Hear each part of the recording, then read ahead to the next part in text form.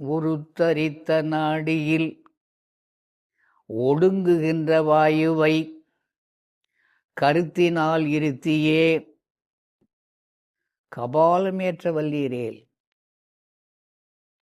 விருத்தரும் பாலராவர்.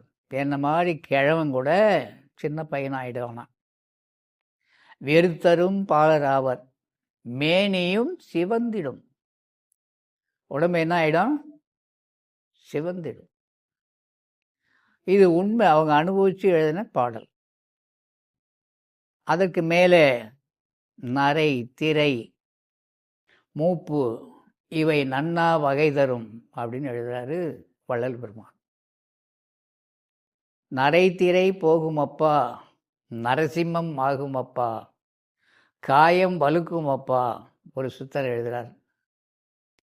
எங்கே பார்க்கணும்? 3 நாடியிலே ஒரு நாடியை கவனிக்க சொல்கிறார். நாட்டமாய் 2 கண்களையும் கொண்டு போய் வைக்கணும்.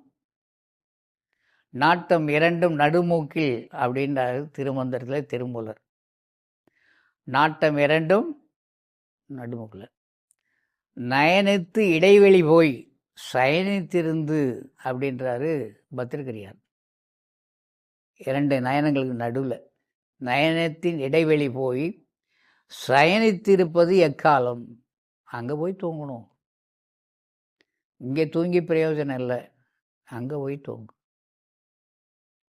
அப்போது இந்த 3 நாடியிலே 2 கண்களையும் ஏற்றி 3வது நாடி தான் முக்கியமான நாடி. அந்த நாடி தான் உருத்தரித்த நாடி. இந்த பெண் உறுப்பிலே உள் பக்கமாக இருக்கக்கூடிய 3 நாடிகளும் தொப்புள் பகுதியிலே உருவாகிறது அவர்களுக்கு. அங்கேருந்து தான் அங்கே போய் இருக்காது.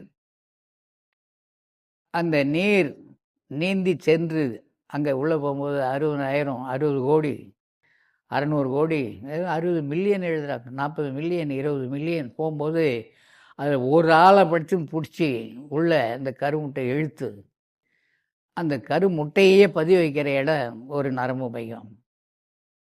பதிவையான பிறகு அதை உள்வாங்கி வளர்த்தல் ஒரு நாடியினுடைய செயல். இந்த 3 நாடிகளும் தொப்புள்ள தான் முடியுது.